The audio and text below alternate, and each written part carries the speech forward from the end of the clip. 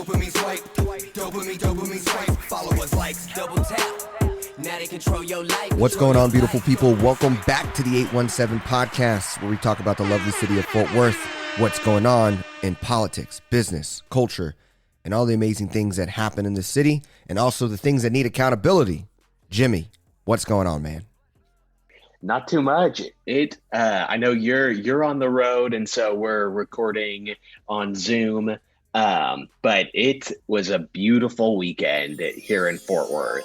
Wow. One of those, like, my parents were in town. My mom called it a red letter day. One of those days to mark down because of just how nice the weather was, and it was awesome being outside.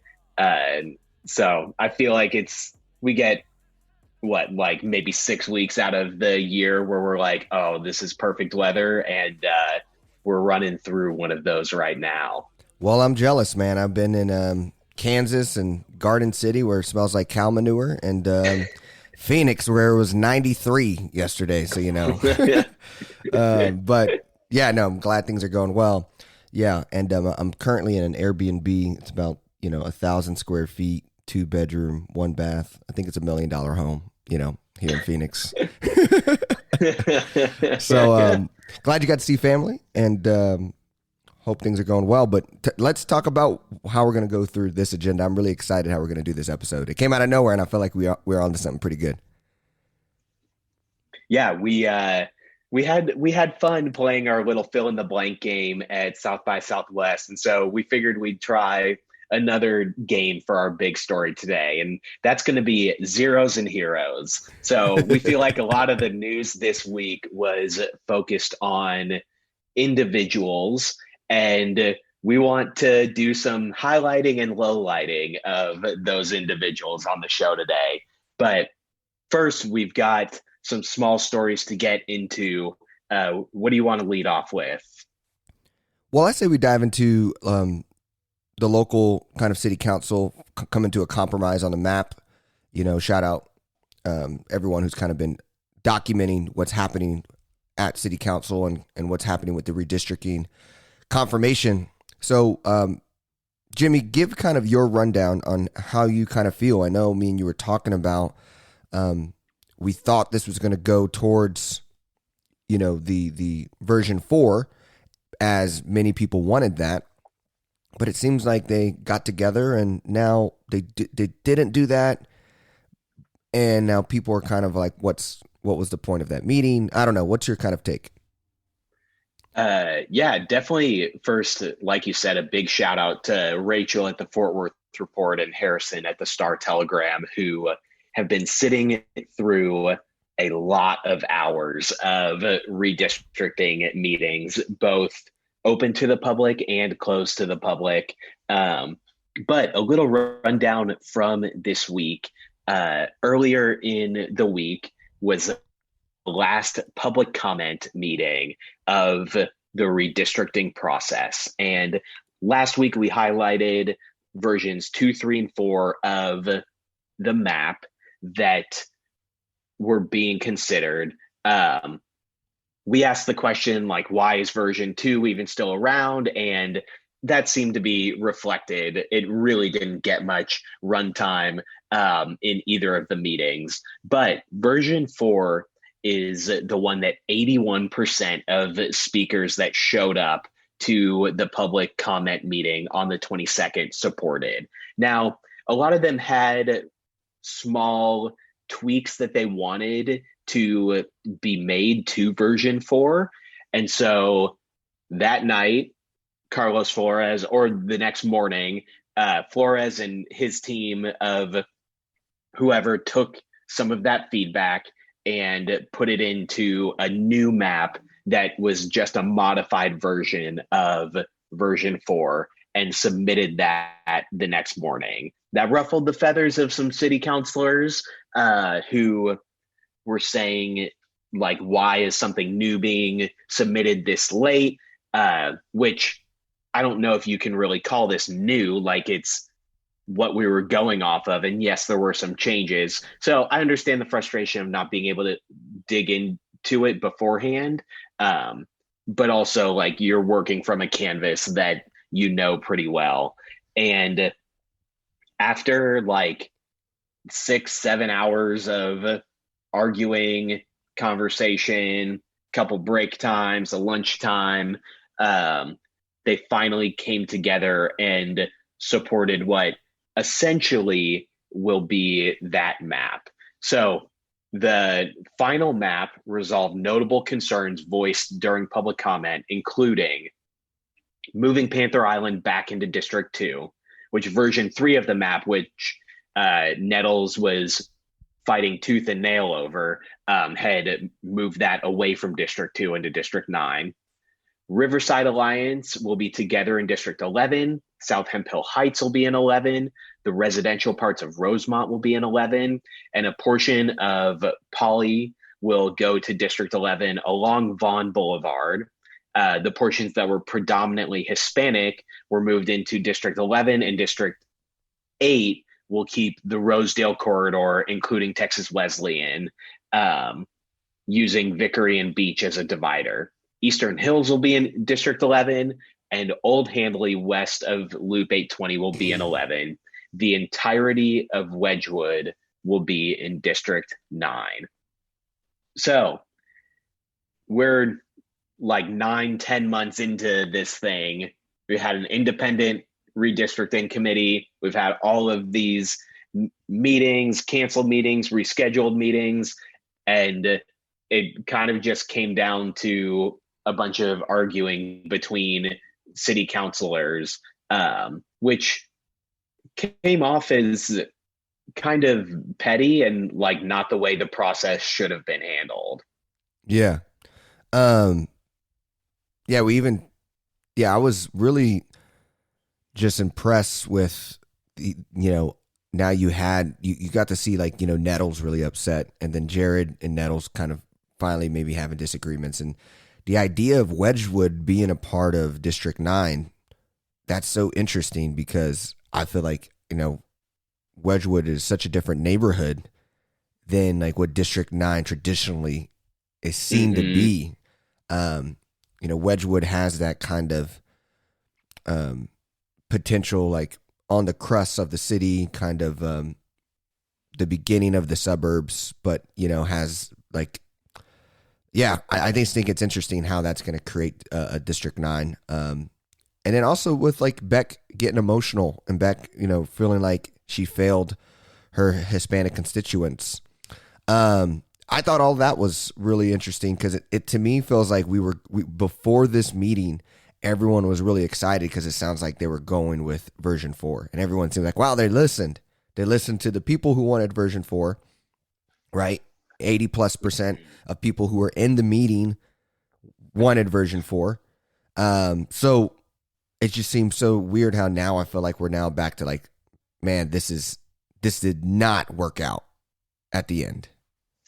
Yeah, and like you could say like, oh, just because people showed up to a meeting doesn't mean that like they're reflective of everyone. But the people at that redistricting meeting were the people that we've been hearing from consistently throughout the entire process, the people who made and submitted a lot of the these maps, the people that have been meeting with their city councilors.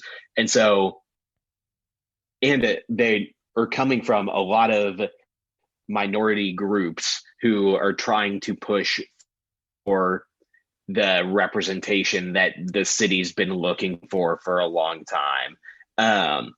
But yeah, coming out of it, it feels like people are not very excited.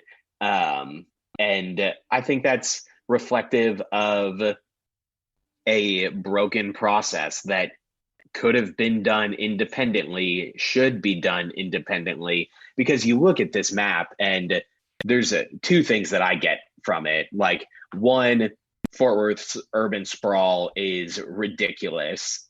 The way that we have annexed land just looks dumb. Like the way you look at it and you're like, why did we think that adding this on the outside of another city was a good idea? And then you look at this and you're like, this map is so gerrymandered.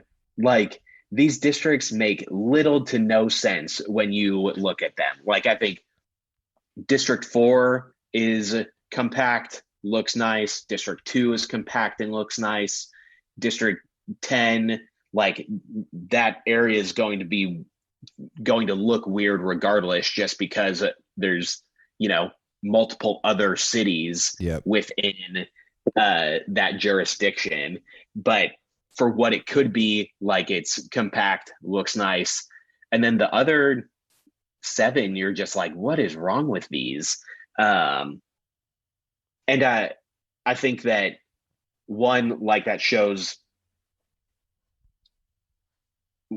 parts of the problem with having people create the maps who depend on being elected. Yeah. So they have regardless of what they say, like, they have a vested interest in making sure things work for them. And, like, we're adding 2 city council seats, but we're still way behind what we need. Like, someone sent me earlier today, like, Jacksonville has 14 seats plus like 5 other positions on council. Wow. And, like, we're the same size as Jacksonville. Mm-hmm. Like, imagine how much more compact and, like, realistically good the districts could look if we were adding 3 more. We wouldn't have to have these, like, random horseshoes and neighborhoods sticking out, 4 miles away from the rest of their district. And I just think that we're really far behind, and adding these 2 seats isn't enough to, like, get us to where we realistically should be. Yeah. Yeah.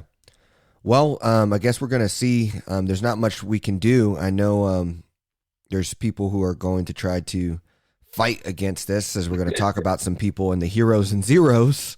But before we kind of do that, and there's other people we want to mention. So we're going to be talking more about this story in the heroes and zeros big story, as there's some heroes and zeros from this whole process. Now, let's go ahead and go into the second short story, which we're going to discuss. This is the impact of Senate Bill 1 and its effect on primaries in Tarrant County.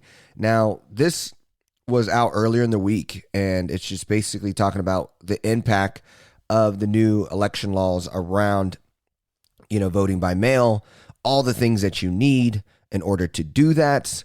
And it's really impacting Tarrant County in a big way. I mean, in Tarrant County alone, 815 ballots were rejected over the ID rule, 3 in the Republican primary and 812 in the Democratic primary. So that's, like, crazy. In Texas, nearly 23,000 ballots, 13% were rejected. So my whole thing is, if you just keep the ratios we have in Tarrant, you're talking about a legit rejection of several of many Democratic ballots. And it's just crazy. And so I know you were talking about the impact this had across the state with Harris County and other places. And Tarrant's not getting impacted as much as these more progressive blue cities. But what's kind of your take, and, like, how have you seen people try to overcome this? What do you see from a political campaign strategy that Democrats need to have in order to get this right? What's your kind of thoughts? Yeah, there's SB1 is doing exactly what SB1 was designed to do, and that is to disenfranchise voters and discourage people from voting. So a couple of the examples in the Fort Worth Report article are really indicative of who this is actually impacting and how it's not about election security.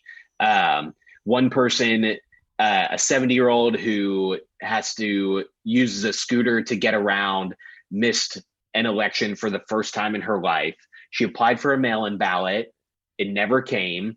And because of that, when she went to a polling place on election day, she was told she could get a provisional ballot. But if she did that, she would not be able to get mail-in ballots for the rest of the year.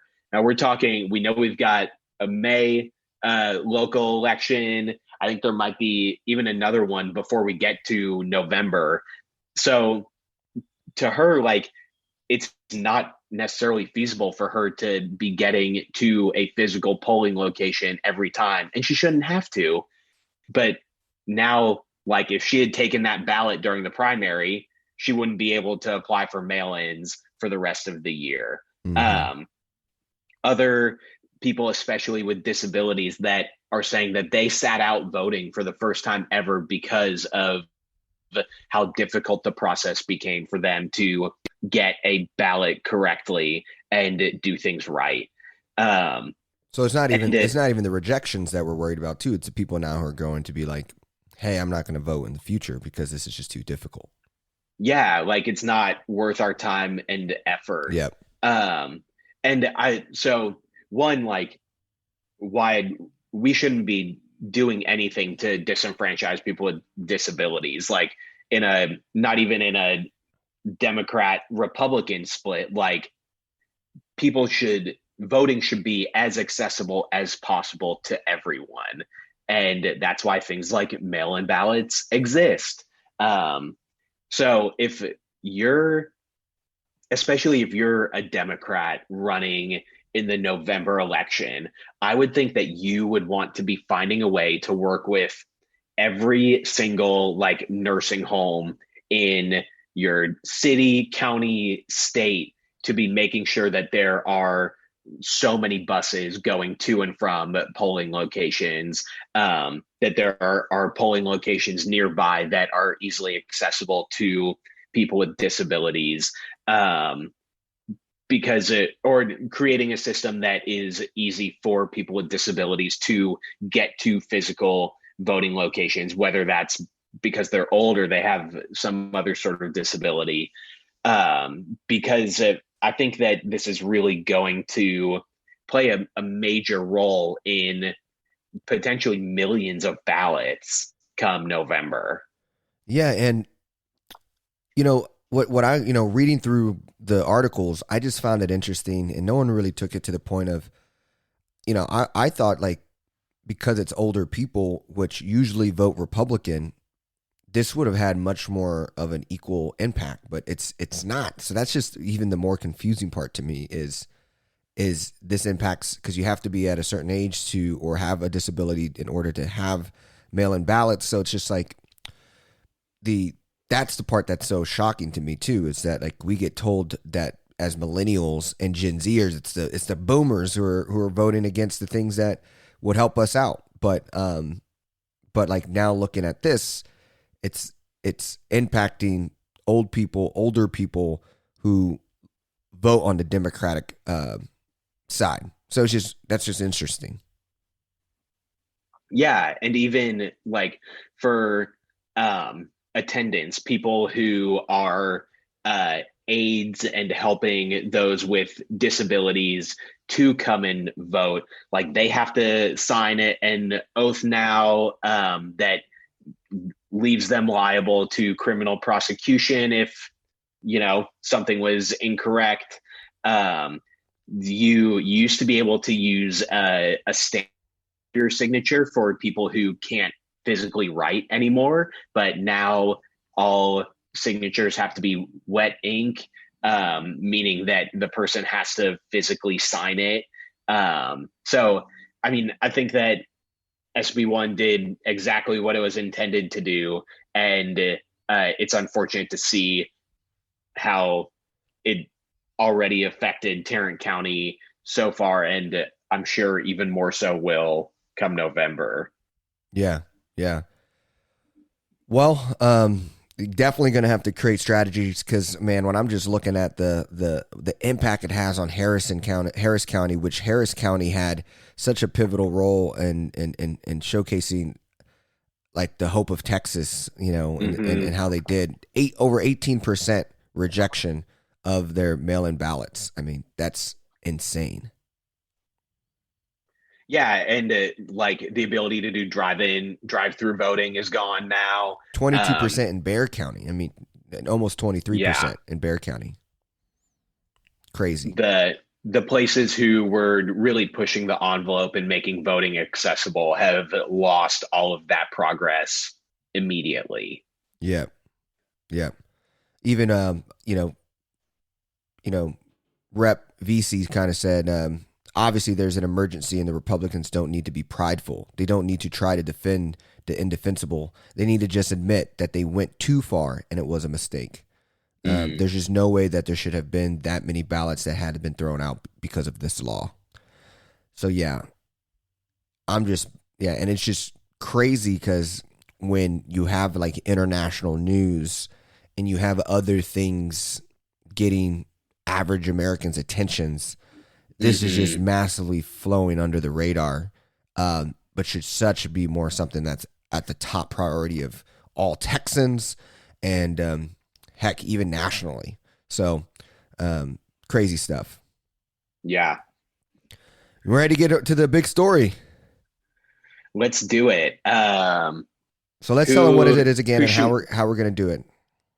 So our big story, we're doing Heroes and Zeros of Fort Worth this week. So with so much of the news focused on individuals, we wanted to highlight some of the really cool, like interesting, good things that happened this week, as well as the negatives. And this kind of gives us an opportunity. I feel like we're looking through the news this week. We're like, it was an active week and like there were a lot of losses.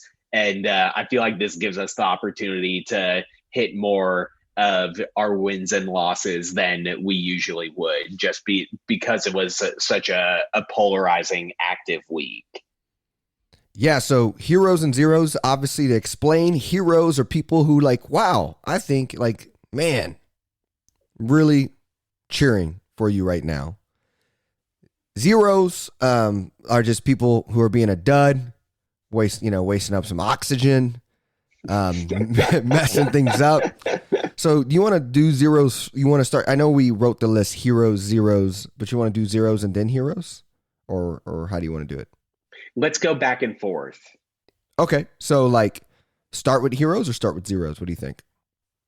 Let's start with a zero. All right. Well, we'll start with our. We're told to end on positive notes. Yeah. So we'll start with our honorary indoctrined zero, who lives in zero land, and that is the man himself, Carrie Moon, right?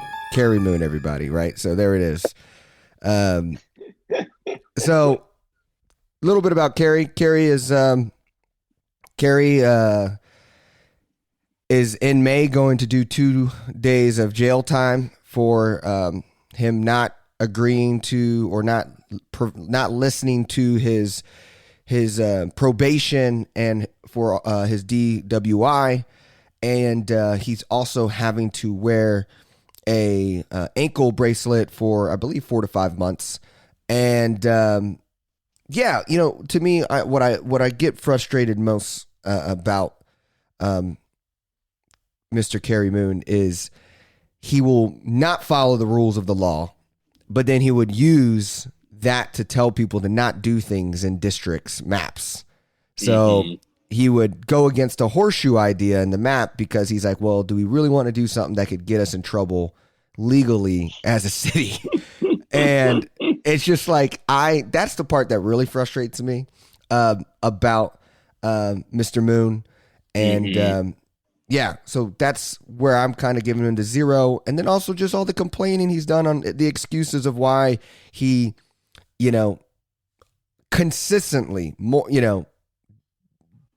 was not following his rules on a regular basis, making excuses and talking about his socks and how he puts on his socks and all this other things that he was just making excuse. Oh, I was going to the 20th anniversary of 9/11 and everything that he was doing was for the good of it. He was trying to make up for literally just not giving a crap and calling himself the mayor of Fort Worth from the beginning. And he thinks he has that kind of power.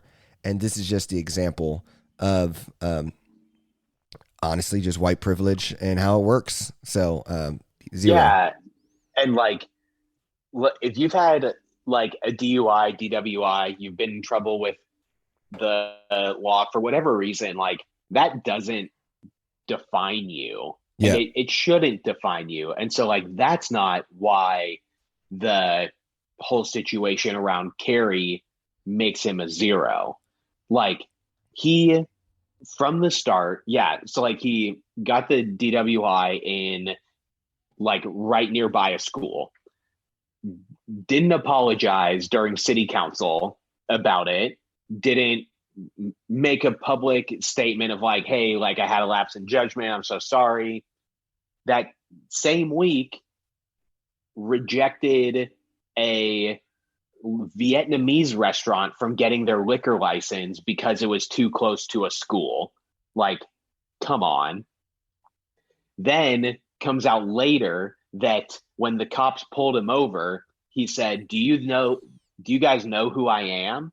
Like trying to use his privilege to get out of the situation.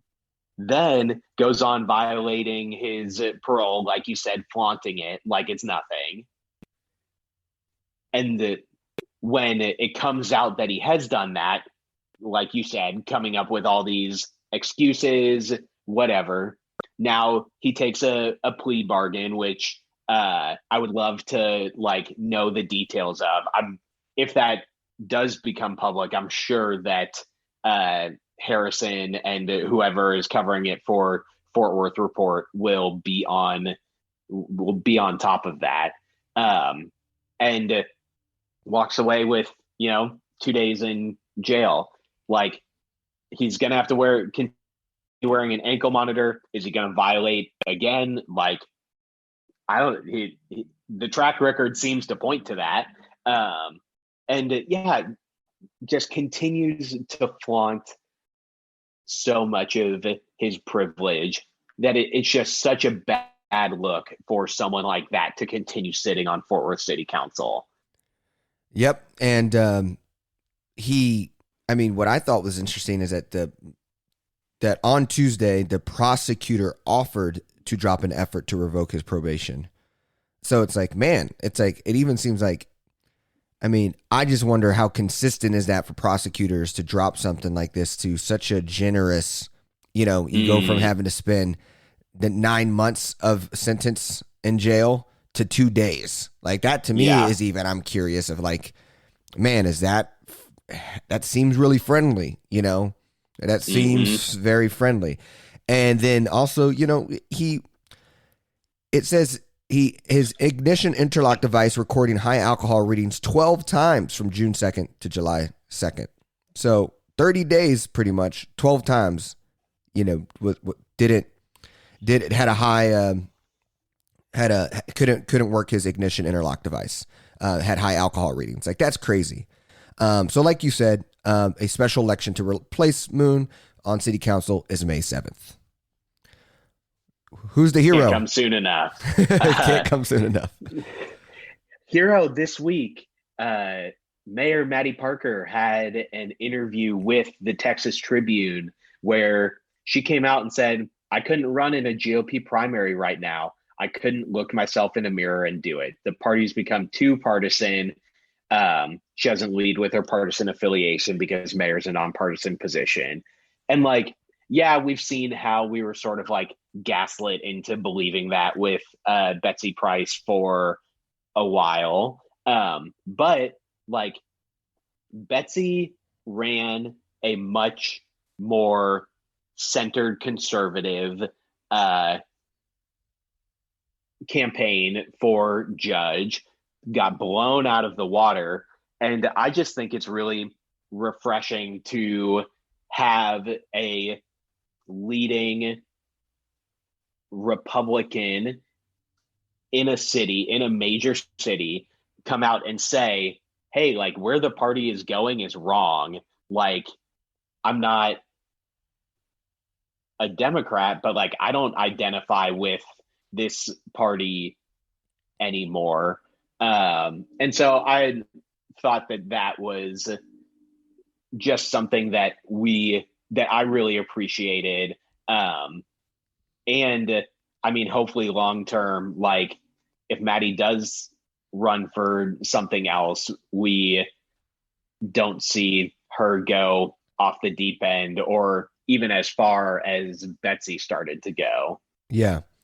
And I think our relationship with the 817 podcast and the mayor Parker is I feel like oftentimes maybe seen more against than really we probably are, in the sense of, you know, we have to accept, and I value that Fort Worth is a purple city. And to me, that is special. I think that's a good thing. And so what that means is we have to have people who, I think ideally support a Democrat once in a while, a Republican once in a while, and that they're willing and able to do that. And, looking at the Texas Tribune article, what really was exciting about it, I just think like there's a massive opportunity for the Francisco Suarez's and the Maddie Parker to create a modern Republican for new age millennials and young people that could get excited around the Republican group, I think, and really compete long term against Democrats. If their party was able to see what Maddie is saying and how centered other young Republicans are that are doing those kind of things that are against the GOP, I think there's just a shining spot there.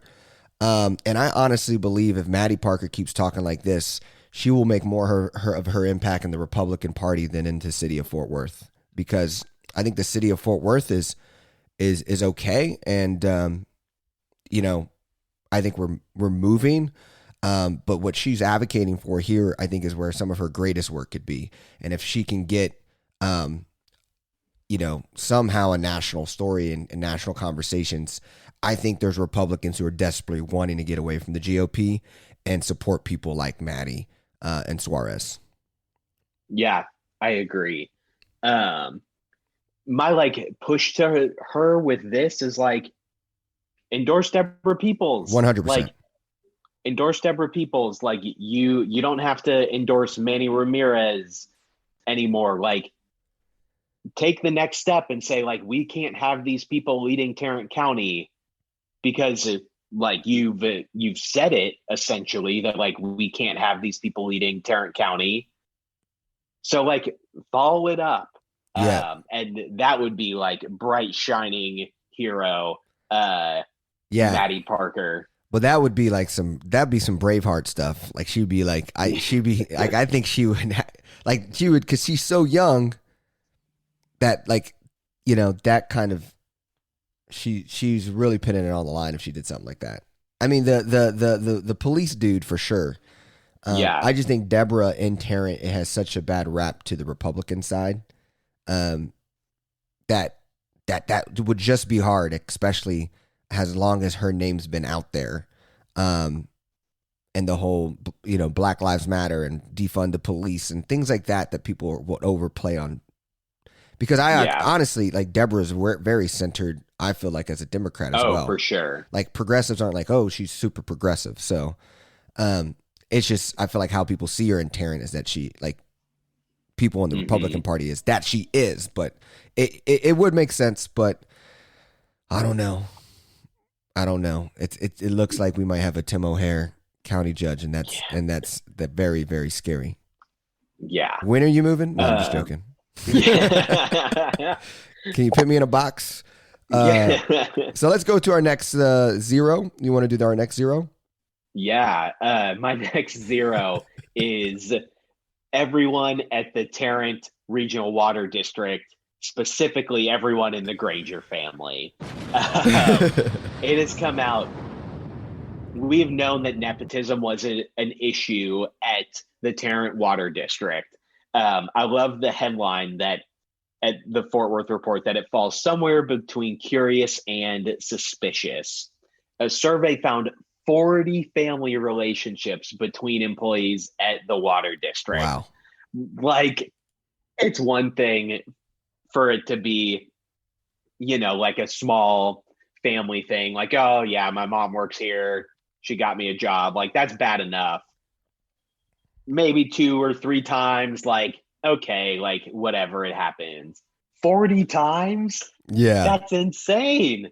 The entire district just needs to be completely gutted. Yeah. And they're trying to say other than the one time with JD Granger, like there weren't any like direct reporting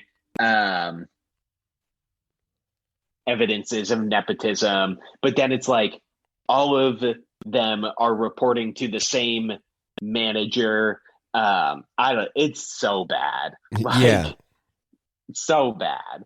Yeah, this has been awful. And the crazy thing about it is, of those 40 people who probably got these jobs, they're the people who go to Colonial, sit at the bar and talk about how hard they work, and how all these people are taking their taxes, and people need to work hard for their money, and that all this stuff.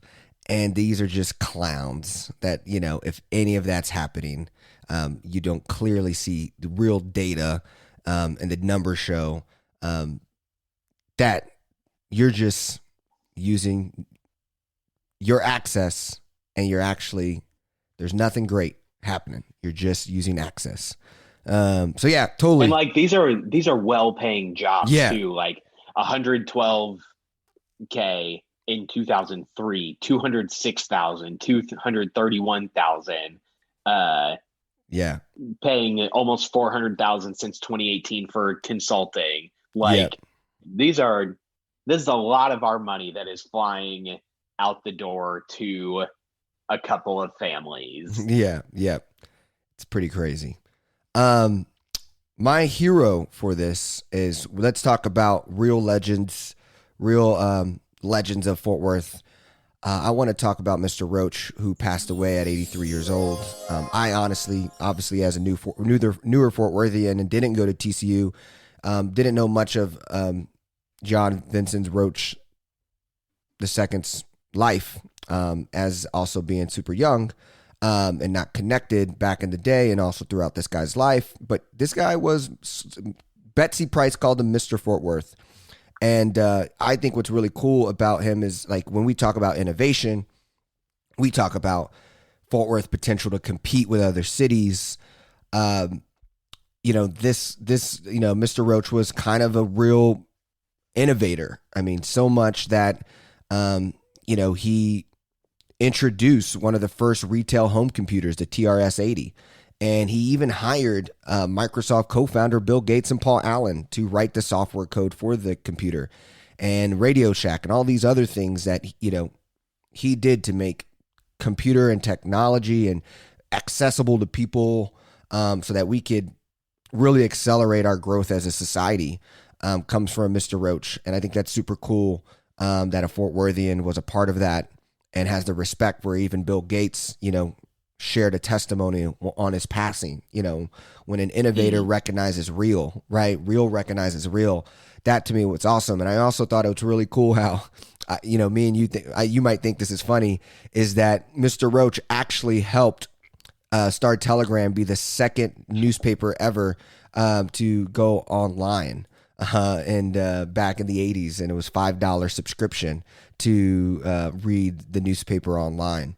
They haven't updated since then. Yeah. It's surprising, that there's still difficulties, and when we were that early. But so just loving the pioneer. Wish we had more access to Mr. Roaches in the world here in Fort Worth. He's an example how creating macro change across a country can happen right here in a local city like Fort Worth. Yeah, very well said. I'll do the next zero. Okay. So the next zero, Carlos E. Tercios. We talked about him maybe a couple months ago after the Fort Worth Report wrote some puff piece about him and their profiles on leadership. Just a really far right-wing guy who has stirred up a lot of drama. Rallied people towards harming Latina members of the community. Just not somebody who represents Fort Worth well. He was hopping on Facebook trying to rally the troops after city council decided on the redistricting map, which is funny. Like, he's trying to rally people to the March 29th meeting, which is essentially irrelevant. Like, the map's already been picked. And I don't think that anybody on city council wants to go back through the process again. And like you mentioned Wedgwood earlier, saying Wedgwood is now being integrated with District 9. It's a cheap political game that progressive Elizabeth Beck is doing. It's insulting.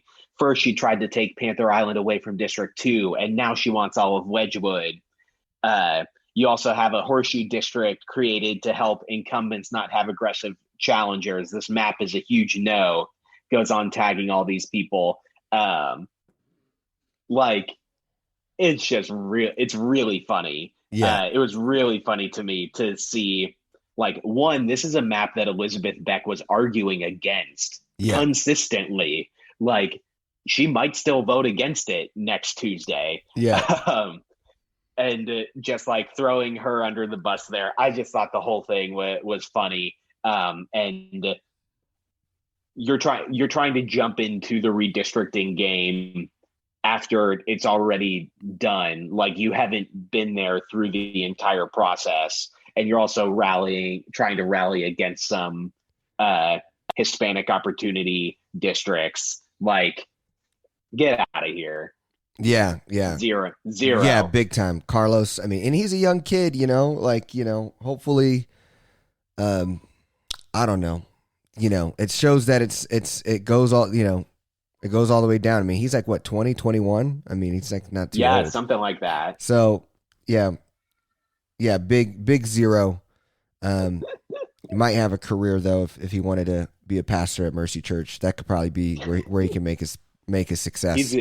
He's getting thrown a lot of bones by the right. So. Yeah. So my hero for the last segment of the Hero to Zero is Funkytown Fridge founder Kendra Richardson. As I think the relationship with the 817 podcast and Funkytown Fridge started rocky off of, when we were just starting out, they were just starting out, that we kind of made a comment about like their first fridge. We thought, because there wasn't a location, right? We didn't have any location. We just heard about Southside, a Southside leader talking about Funky Fridge, almost as if it was her thing, right? And we were just kind of confused on why it would be on the South Side. And we kind of made a comment, right? And I think, for me, I just want to say, like, sorry, I'm super massively impressed of who you guys are and what you're doing. You have been nothing but sensational since your start of your organization. Funkytown Fridge founder Kendra Richardson is also looking to restore and keep a supermarket in her area where she remembers the morning supermarket in Stop 6. Currently, it's owned by someone else. She's looking to try to take ownership of it to maybe use it as a facility as she expands her fridges across the city. And I just think that's super important. She talks about, the development shouldn't be from someone who's not from the area. And so for her, being able to capture that would be, one, just super iconic as well, being able to restore and keep and do that. And I just think all she's done, I mean, from not just this trying to get this grocery store, but also just her campaigning, her relationship with United Fort Worth, which is another hero in my eyes as well, and all they're doing in the redistricting side. I just thought this was super cool because we know that Stop 6 is a on a national has been identified from the federal level as a food desert with no produce and valuable grocery stores. And so kudos, you're a true hero. You're doing the great stuff and really admire you. Yeah, very well said. I have one more zero that just kind of came up while we were talking. Well, we gave a hero to United Fort Worth, so there you go. You can give us a zero. I get an extra zero. So senior national political reporter at NBC News, Sahil Kapoor, tweeted out Bud Kennedy's article this morning about how in a suburban Fort Worth House runoff, Republicans debate killing women over abortion.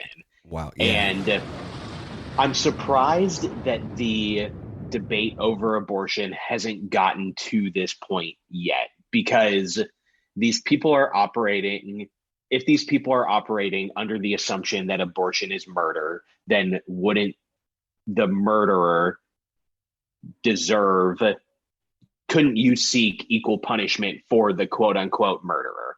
I'm kind of surprised on a national level, like it hasn't really gotten there. But it looks like Fort Worth is deciding to be the ones to take the first step in pushing that out there. Yeah. And so for the people in this House runoff, like big zeros Big time. for Fort Worth and Tarrant County, that you are seeking consequences against women seeking an abortion, seeking consequences against healthcare providers. Yeah, I thought that was kind of crazy. Like the guy's got 200,000 followers on Twitter, and national and NBC News reporter tweeting out Bud Kennedy's article. So wanted to highlight that. Definitely highlight the zeros that we need to be voting against come November. Yeah, absolutely. Good call. I can't believe we couldn't have missed that one because that's pretty hot right now. It's probably going to get even hotter throughout the week as people talk more about that. Yeah, absolutely. And something I just wanted to add, with Funkytown Fridge, they are doing a GoFundMe for the market. So what we're also going to have is the GoFundMe link in the description and the story in the Fort Worth Report. So if you can learn more about the great work that they do, if you're not aware of it, they're looking to fundraise for that morning supermarket. Awesome. Yeah, they've got 1,900 so far out of their $500,000 goal. Yeah. So pretty ambitious. Any help? Yeah, pretty ambitious. Any help that can go towards that, they're doing incredible work. Yeah. Are you ready to move into wins and losses? Let's make it happen. I'll start with my loss, and that is that Como Montessori School is going to be closing its doors. And this really sucks. Like, this was a really awesome school in the Como neighborhood that has been providing, a Montessori approach of teaching kids in that area. And through like Fort Worth's school choice program, like Daggett might not be super accessible to kids in that neighborhood, just like being able to get there and everything. And so like having something like that in that neighborhood, I think was awesome for the community. But a small campus with declining enrollment creates a cycle that reduces resources and options for students at the campus that would otherwise be present in a larger setting. The other thing that really sucks about this announcement is that the window for like Fort Worth school choice has already passed, and they're just kind of dropping this bomb on all of the kids in that school now. So these kids, if they wanted to try and get into Daggett Montessori, like now they're going to be way down on a wait list because the window's already passed. So I was just really disappointed to hear that we are not investing resources in getting kids to this school and keeping it open, providing an alternative form of education that a lot of people are flocking to now. And I'll also say it sucks that like white people aren't trying to go to this school, like when it comes to Montessori schools in Fort Worth, like people talk about Daggett and that's it. Like don't acknowledge that Como Montessori exists and has existed. So yeah, and it's not just in Daggett; like, it's in Pascal. I mean, it's in. I mean, right. There's like two schools that they go to, and I just wanted to bring up because this was also, I think, could add to a Hero Zero that we missed on because we didn't know where he fell into, and that's former superintendent of Fort Worth ISD, Mr. Scribner, who is now going to leave earlier. After a panel he had around education and where it's going. And so he's going to be leaving earlier. And I just wanted to say some statistics that I thought were crazy about how you're talking about this school being dropped down. You could say this is an L for public school Fort Worth ISD as a whole. Since the 2016-2017 school year, this is a statistic in the Fort Worth report, the number of students attending Fort Worth ISD has declined almost 14%. That is a loss of 12,043 students. So how do you lose students while your city is growing, right? When you have 18 days of homes, of runways of homes available of 18 days, you don't have even a month of homes, yet you're losing, people are moving, but you're losing students. It is, to me,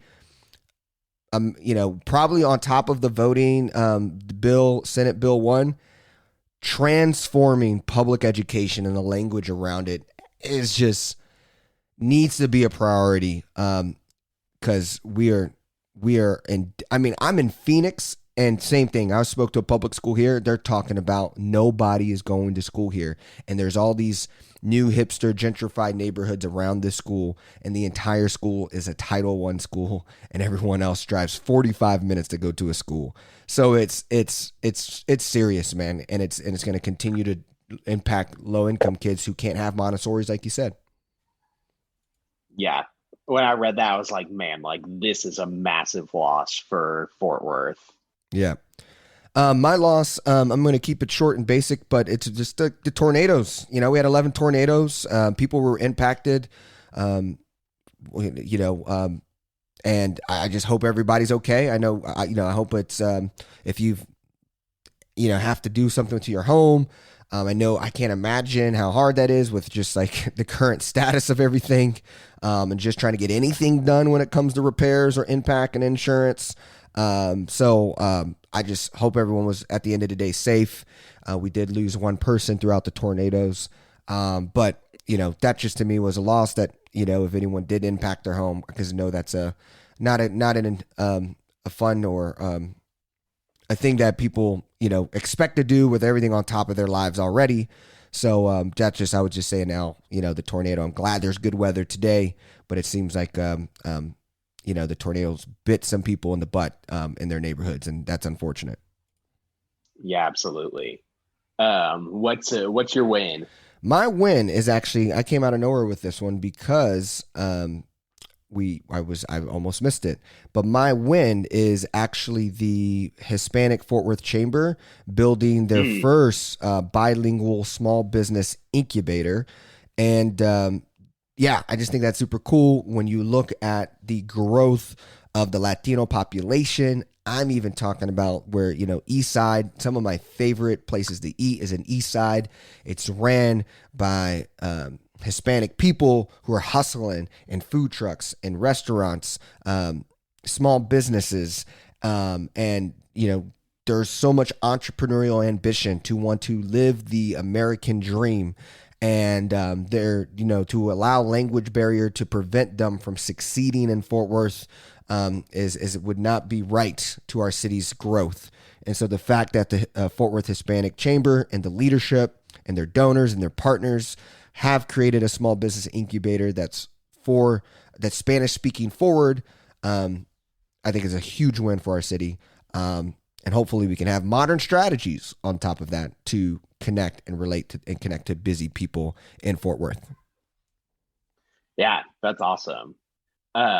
My win, and it's a follow-up from something I mentioned a few months ago, and that is the Kinfolk House. It is open in the 1900 block of Wallace Street in the Pauley neighborhood. Husband and wife founders Cedric and Letitia opened the doors to the reimagined space where they took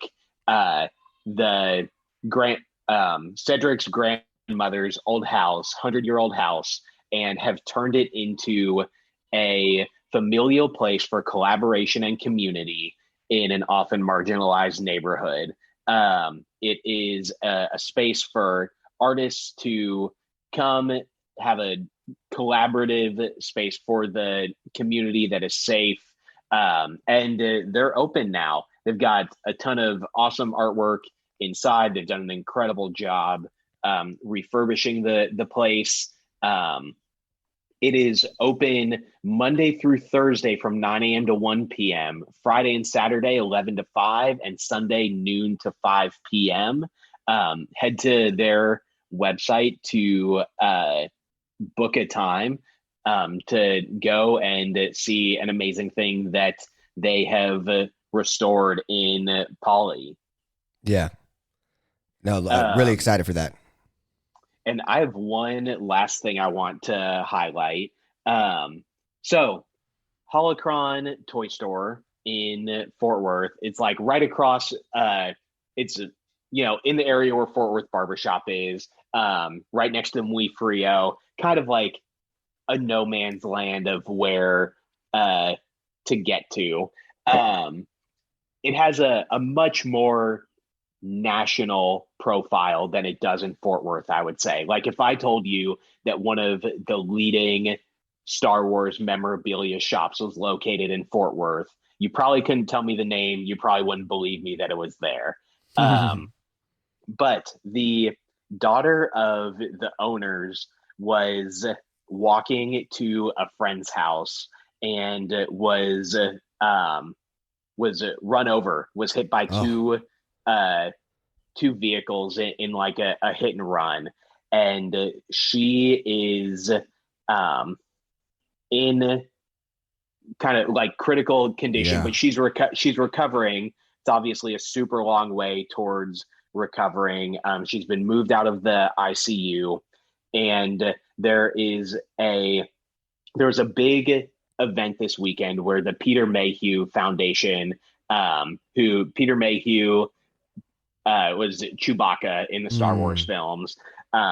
His foundation had a ton of Star Wars cosplayers and just major people in the community come out to take pictures and do fundraising for her recovery. So we can link her GoFundMe as well in the notes, but I just wanted to highlight that we had this is an amazing shop, and is run by some really awesome people. Super tragic thing to have happen to their daughter. And if you are of the means to donate, they're absolutely worth supporting as they, keep something afloat in Fort Worth that, doesn't get the recognition from locals that it deserves. Yeah. Definitely. Thanks for sharing that, and definitely we'll have it in the description. Yeah, I found that on TikTok. It's come up, Holocron has come up more on my TikTok than I have ever heard it come up in conversation around Fort Worth. Yeah. So it's a really awesome place, and I think it is in a tough location. I think it's in a tough location. Sure. I actually feel like if it was over where your theater was and where the by docks, I feel like it could really spill. I feel like if it was near more vintagey stuff and more people kind of nostalgia, I think they could have really do well locally. Because you're right, I've never been in. I've always seen it, but I've never been in. And but it seems like if it's that cool, definitely. I didn't know all that, so, and I'm all about those kind of experiences. Yeah, I think this turned out to be a really fun show. Yeah. So, thank you guys for dealing with our audio with being on the road. We'll have a lot more coming for you guys here, and thank you for listening to the 817 podcast. Yeah, we'll see everyone next week. Swipe, dopamine, swipe. Follow us, likes, double tap. Now they control your life. Dopamine swipe.